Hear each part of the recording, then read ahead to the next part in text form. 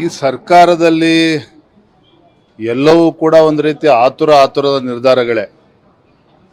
ಜಾತಿ ಜನಗಣತಿಯ ವಿಚಾರದಲ್ಲೂ ಸಹ ಯಾವುದೇ ಒಂದು ಸರಿಯಾದ ರೀತಿ ಪೂರ್ವ ತಯಾರಿ ಇಲ್ಲದೇನೆ ಈಗ ತೊಂದರೆ ಅನುಭವಿಸ್ತಾ ಇದ್ದಾರೆ. ಪಾಪ ಎಲ್ಲ ಶಿಕ್ಷಕರು ಮನೆ ಮಠ ಬಿಟ್ಟು ಜಾತಿ ಜನಗಣತಿ ಅಂತ ಮಾಡ್ತಾ ಇದ್ದಾರೆ. ಮತ್ತೆ ಅವ್ರಿಗೂ ಕೂಡ ಸಮಸ್ಯೆಗಳು ಬೇರೆ ರೀತಿ ಸಮಸ್ಯೆ ಆಗ್ತಾ ಇರುವಂಥದ್ದು. ಇದ್ರ ನಡುವೆ ರಜೆ ದಿನಗಳನ್ನು ಕೂಡ ಎಕ್ಸ್ಟೆಂಡ್ ಮಾಡಿದ್ದಾರೆ. ಅದರ ಅರ್ಥ ಮಕ್ಕಳಿಗೆ ತೊಂದರೆ ಆಗ್ತದೆ. ಅದರಲ್ಲೂ ಕೂಡ ವಿಶೇಷವಾಗಿ ಗ್ರಾಮೀಣ ಭಾಗದಲ್ಲಿ ಸರ್ಕಾರಿ ಶಾಲೆಗಳಲ್ಲಿ ಓದ್ತಕ್ಕಂಥ ಮಕ್ಕಳು ಒಂದೊಂದು ದಿನವೂ ಕೂಡ ಅಷ್ಟೇ ಮಹತ್ವ. ಇವರು ಶಾಲೆಗಳಿಗೆ ರಜೆಯನ್ನು ಕೂಡ ಘೋಷಣೆ ಮಾಡಿ ಈ ರೀತಿ ಶಾಲಾ ಮಕ್ಕಳು ಕೂಡ ಶಿಕ್ಷಣಕ್ಕೂ ಕೂಡ ತೊಂದರೆ ಮಾಡ್ತಾ ಇರ್ತಕ್ಕಂಥದ್ದು. ಅಂದರೆ ಯಾವ ರೀತಿ ಒಂದು ಪೂರ್ವ ತಯಾರಿ ಇಲ್ಲದೇನೆ ಆತುರವಾಗಿ ರಾಜ್ಯ ಸರ್ಕಾರ ತೀರ್ಮಾನಗಳನ್ನು ತೆಗೆದುಕೊಳ್ತಾ ಇದೆ. ಇದಕ್ಕೆ ಮತ್ತೊಂದು ತಾಜಾ ಉದಾಹರಣೆ ಅಂತ ಹೇಳಿದ್ರೆ, GBA ಇವತ್ತು ಇನ್ನು ಮೊದಲ ಸಭೆಯನ್ನ ಮಾನ್ಯ ಮುಖ್ಯಮಂತ್ರಿಗಳು ಕರೆದಿದ್ದಾರೆ. ನಾನು ನಿನ್ನೆ ನಮ್ಮ ಎಲ್ಲ ಶಾಸಕರ ಮಿತ್ರರ ಜೊತೆ ಮಾತನಾಡ್ತಾ ಇದ್ದೆ. ಇವತ್ತಿನ GBA ಸಭೆಯ ಅಜೆಂಡಾನೇ ಕೊಟ್ಟಿಲ್ಲ ಶಾಸಕರುಗಳಿಗೆ. ಇನ್ನು ಅಷ್ಟೊಂದು ಗೌಪ್ಯವಾಗಿ ಜನಪ್ರತಿನಿಧಿಗಳಿಗೆ ಶಾಸಕರುಗಳಿಗೆ ಇವತ್ತು ನಡೀತಕ್ಕಂಥ GBA ಮೊದಲ ಸಭೆಯ ಅಜೆಂಡಾವನ್ನು ಕೂಡ ಕೊಡದಂಗೆ ಏನು ಮಾಡೋದಕ್ಕೆ ಹೊರಟಿದ್ದಾರೆ ಇವ್ರು? ಹಾಗಾದರೆ ಎಲ್ಲಿ ತಯಾರಿದೆ? ಆಯಿತು, ಸುಪ್ರೀಂ ಕೋರ್ಟಲ್ಲಿ ಈಗಾಗಲೇ ಅಫಿಡವಿಟ್ ಕೂಡ ಸಲ್ಲಿಸಾಗಿದೆ. ಡಿಸೆಂಬರ್ನಲ್ಲಿ ಚುನಾವಣೆ ಮಾಡ್ತೀವಿ ಅಂತ ಹೇಳ್ತಾ ಇದ್ದಾರೆ. ಎಲ್ಲಿದೆ ತಯಾರಿ? ಅಧಿಕಾರಿಗಳು ವ್ಯವಸ್ಥೆ ಇದೆಯಾ? ಅದಕ್ಕೆ ಎಷ್ಟು ಅಧಿಕಾರಿಗಳು ಬೇಕಾಗ್ತದೆ? ಇದಕ್ಕೆ ಮೂಲಭೂತ ಸೌಕರ್ಯಗಳು ಇದು ಯಾವುದೂ ಇಲ್ಲದೇ ಇವರು ಏನೋ ಒಂದು ರಾಜಕೀಯ ಚಟಕ್ಕೆ ಈ ರೀತಿ ಗೋಷ್ಠಿಗಳನ್ನು ಮಾಡಿಕೊಂಡು ಯಾವುದೇ ಒಂದು ಪ್ಲಾನಿಂಗ್ ಇಲ್ಲದೇ ಈ ರೀತಿ ಹೊರಟಿರ್ತಕ್ಕಂಥದ್ದು. ಈಗಾಗಲೇ ಬೆಂಗಳೂರು ಮಹಾನಗರ ಜನತೆ ಈ ಸರ್ಕಾರಕ್ಕೆ ತೂಚೇತ ಉಗುಳುತ್ತಾ ಇದ್ದಾರೆ. DK ಶಿವಕುಮಾರ್ನವ್ರು ನೋಡಿದ್ರೆ ಪ್ರಧಾನಮಂತ್ರಿಗಳ ಮನೆ ಮುಂದೆ ಗುಂಡಿ ಇದೆ, ಅಲ್ಲಿ ಗುಂಡಿ ಇದೆ ಅಂತ ಆ ಗುಂಡಿ ಲೆಕ್ಕ ಹಾಕಕ್ಕೆ ಹೊರಟಿದ್ದಾರೆ. ಇವತ್ತು ಬೆಂಗಳೂರಿನಲ್ಲಿ ರಸ್ತೆಗಳು ಕಾಣ್ತಾ ಇದ್ದಾವೆ ವಿನಃ ಗುಂಡಿಗಳು ಕಾಣ್ತಾ ಇದ್ದಾವೇನೋ, ರಸ್ತೆಗಳು ಕಾಣ್ತಾ ಇಲ್ಲ. ಗುಂಡಿಗಳ ಮಧ್ಯೆ ರಸ್ತೆ ಹುಡುಕುವಂಥ ಒಂದು ದಾರುಣ ಪರಿಸ್ಥಿತಿ ಬೆಂಗಳೂರು ಮಹಾನಗರದಲ್ಲಿ ಬಂದಿದೆ. ಆದರೆ ಅವ್ರು ದೊಡ್ಡ ಮನುಷ್ಯರು, ಪ್ರಧಾನಮಂತ್ರಿ, ದೆಹಲಿ, ಅಮೇರಿಕದಲ್ಲಿ ಏನಾಗ್ತದೆ, ಲಂಡನ್ನಲ್ಲಿ ಏನಾಗ್ತದೆ, ಅರೆ ಲಂಡನ್ನಲ್ಲಿ ಏನಾಗ್ತದೆ ಕೇಳಕ್ಕೆ ನೀವು ಬೇಕಾದಕ್ಕೆ. ಬೆಂಗಳೂರು ಮಹಾಜನತೆ ಉತ್ತರ ಕೇಳ್ತಾ ಇರುವಂಥದ್ದು ರಾಜ್ಯ ಸರ್ಕಾರದಿಂದ ಉತ್ತರ ಕೇಳ್ತಾ ಇದ್ದಾರೆ. ಬೆಂಗಳೂರು ಜನ ಉತ್ತರ ಬಯಸ್ತಾ ಇರ್ತಕ್ಕಂಥವ್ರು ಉಸ್ತುವಾರಿ ಸಚಿವರಂತೆ ಅನ್ಸ್ಕೊಂಡಿದ್ದಾರೆ. ಅದು ಫಾಸ್ಟ್ ಟ್ರ್ಯಾಕ್ ಇವತ್ತು ಗುಂಡಿಗಳನ್ನು ಮುಚ್ಚುವಂಥ ಕೆಲಸ ಆಗಬೇಕು ಅಂತೇಳಿ ಜನ ಅಪೇಕ್ಷೆ ಪಡ್ತಾ ಇದ್ದಾರೆ. ಇವರು ದೆಹಲಿ ಹೊರದೇಶಗಳನ್ನು ಕಂಪೇರ್ ಮಾಡ್ತಾ ಇದ್ದಾರೆ ಮನೆ ಸಚಿವರುಗಳು.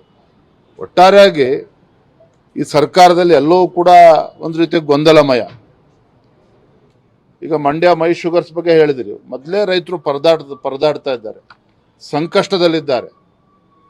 ಉತ್ತರ ಕರ್ನಾಟಕದಲ್ಲಿ ಈ ರೀತಿ ಅತಿವೃಷ್ಟಿ ಆದಾಗೂ ಸಹ ಕೃಷಿ ಸಚಿವರಿಗೆ ಅಲ್ಲಿ ಹೋಗಬೇಕು ಅಂತ ಅನಿಸೋದಿಲ್ಲ, ಕಂದಾಯ ಸಚಿವರಿಗೆ ಹೋಗಬೇಕು ಅಂತ ಅನ್ನಿಸೋದಿಲ್ಲ. ಮತ್ತು ಕಂದಾಯ ಸಚಿವರಿಗೆ, ಕೃಷಿ ಸಚಿವರಿಗೆ ಕಲ್ಯಾಣ ಕರ್ನಾಟಕದಲ್ಲಿ ಅತಿವೃಷ್ಟಿ ಆಗಿರ್ತಕ್ಕಂಥ ಸಂದರ್ಭದಲ್ಲಿ ರೈತರು ಪರದಾಡ್ತಾ ಇದ್ದಾರೆ. ಈ ಕಂದಾಯ ಸಚಿವರಿಗೆ, ಕೃಷಿ ಸಚಿವರಿಗೆ ಆ ಜಿಲ್ಲೆಗಳಿಗೆ ಹೋಗೋಕ್ಕೂ ಸಮಯ ಇಲ್ಲ ಅಂತ ಹೇಳಿದ್ರೆ ಮತ್ತೆ ಏನಕ್ಕಿರ್ಬೇಕು ಇವ್ರು ಮಂತ್ರಿಗಳು? ಹಾಗಾದ್ರೆ ಆ ಭಾಗದ ರೈತರ ಸಮಸ್ಯೆಗೆ ಸ್ಪಂದನೆ ಮಾಡೋದಕ್ಕೆ ಸಾಧ್ಯ ಆಗೋದಿಲ್ಲ ಅಂತ ಹೇಳಿದ್ರೆ ಇವರು ಸಚಿವರು ಕೂಡ ಬದುಕಿದ್ದು ಕೂಡ ಸತ್ತಂತೆ ರೈತರ ಪಾಲಿಗೆ. ನಾನು ಇದ್ರಲ್ಲಿ ರಾಜಕಾರಣ ಮಾತನಾಡ್ತಾ ಇಲ್ಲ. ಭಾರತೀಯ ಜನತಾ ಪಾರ್ಟಿ ನಾವತ್ತು ನಿರ್ಧಾರ ಮಾಡಿಕೊಂಡು ನಾನು ನಮ್ಮೆಲ್ಲ ವಿರೋಧ ಪಕ್ಷದ ನಾಯಕರು ನಾವೆಲ್ಲ ಕಲ್ಯಾಣ ಕರ್ನಾಟಕ ಹೋಗ್ಲಿಲ್ಲ ಅಂತ ಹೇಳಿದ್ರೆ ಮುಖ್ಯಮಂತ್ರಿಗಳು ಇಲ್ಲೇ AC ರೂಮಲ್ಲಿ ಕೂತ್ಕೊಂಡೇ ವಿಡಿಯೋ ಕಾನ್ಫರೆನ್ಸಲ್ಲಿ ತೀರ್ಮಾನ ಮಾಡೋರಿದ್ರು.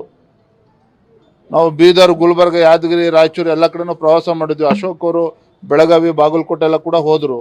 ನಾನು ಇವತ್ತು ವಿರೋಧ ಪಕ್ಷವಾಗಿ ಎಲ್ಲದಕ್ಕೂ ಟೀಕೆ ಮಾಡ್ತೀವಿ ಅಂತೇಳಿ ಆಡಳಿತ ಪಕ್ಷದವ್ರು ಭಾವಿಸುವಂಥ ಅವಶ್ಯಕತೆ ಇಲ್ಲ. ಇವತ್ತು ರಾಜ್ಯ ಸರ್ಕಾರದ ಆದ್ಯತೆ ಏನು? ರೈತರ ಸಂಕಷ್ಟಕ್ಕೆ ಸ್ಪಂದನೆ ಮಾಡೋದು, ತತ್ಕ್ಷಣ ಸ್ಪಂದನೆ ಮಾಡಬೇಕಾಗಿರ್ತಕ್ಕಂಥ ಕರ್ತವ್ಯ. ನಿನ್ನೆ ಕೃಷ್ಣ ಬೈರೇಗೌಡ ಅವರ ಹೇಳಿಕೆ ನೀಡ್ತಿದೆ. ಈಗಾಗಲೇ 5.5 ಲಕ್ಷ ಸರ್ವೆ ಆಗಿದೆ, ಹೆಕ್ಟೇರ್ ಅಷ್ಟು. ಬರುವಂಥ 10 ದಿನ ಆದಮೇಲೆ ಕೊಡ್ತೀವಿ. ಎಷ್ಟು ದಿನ ಕಾಯ್ಬೇಕು ಇನ್ನೂ ರೈತರಾಗಾದ್ರೆ? ಇವತ್ತು ಮಂಡ್ಯದಲ್ಲೂ ಕೂಡ ಇವತ್ತು ಗೊಂದಲ ಸೃಷ್ಟಿಯಾಗಿದೆ. ಅಲ್ಲೂ ಕೂಡ ಮೈ ಶುಗರ್ಸ್ ಇದರಲ್ಲಿ ಒಂದು ತಿಂಗಳಿಂದ ಕೂಡ ಕಬ್ಬು ನುರಿಯಕ್ಕೆ ಆಗ್ತಾ ಇಲ್ಲ ಸರ್, ಹೋಗ್ತಾ ಇಲ್ಲ ಅಂತ, ಯಾರು ಕೂಡ ಭೇಟಿ ಆಗ್ತಾ ಇಲ್ಲ ಅಂತ. ಈಗಾಗಲೇ ಗೈರಾಗಬೇಕು ಅಂತೇಳಿ ಈಗಾಗಲೇ ತೀರ್ಮಾನ ತೆಗೆದುಕೊಂಡಂತೆ ಕಾಣ್ತದೆ. ಯಾಕೆಂದರೆ ಏನು ಆ ಸಭೆಯಲ್ಲಿ ಅಲ್ಲರಿ, ಮೊದಲ ಸಭೆ ಅಜೆಂಡಾನೇ ಗೊತ್ತಿಲ್ಲದೆ ಇರೋಲ್ಲಿ ಹೋಗಿ ಇವ್ರು ಮಾಡೋದಾದ್ರೆ ಏನು?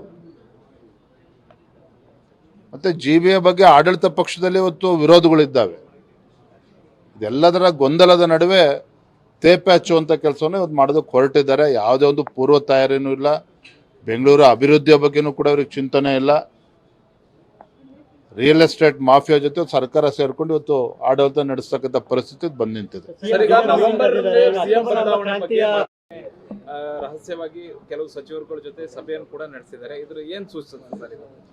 ಆಡಳಿತ ಪಕ್ಷದಲ್ಲಿರುವಂತಹ ಸಚಿವರು ಶಾಸಕರ ಪ್ರತಿಕ್ರಿಯೆಗಳು, ಅದಕ್ಕೆ ಆಡಳಿತ ಪಕ್ಷದವರು ಅವರೇ ಏನು ಇತರ ಶಾಸಕರು ಮಂತ್ರಿಗಳೇನು ಉತ್ತರ ಕೊಡ್ತಾರೆ, ಇದರಲ್ಲೇ ಗೊತ್ತಾಗ್ತದೆ ಕಾಂಗ್ರೆಸ್ ಪಕ್ಷದಲ್ಲಿ ಆಡಳಿತ ಪಕ್ಷದಲ್ಲಿ ಆಲ್ ಈಸ್ ನಾಟ್ ವೆಲ್ ಅನ್ನೋದು ಸ್ಪಷ್ಟ.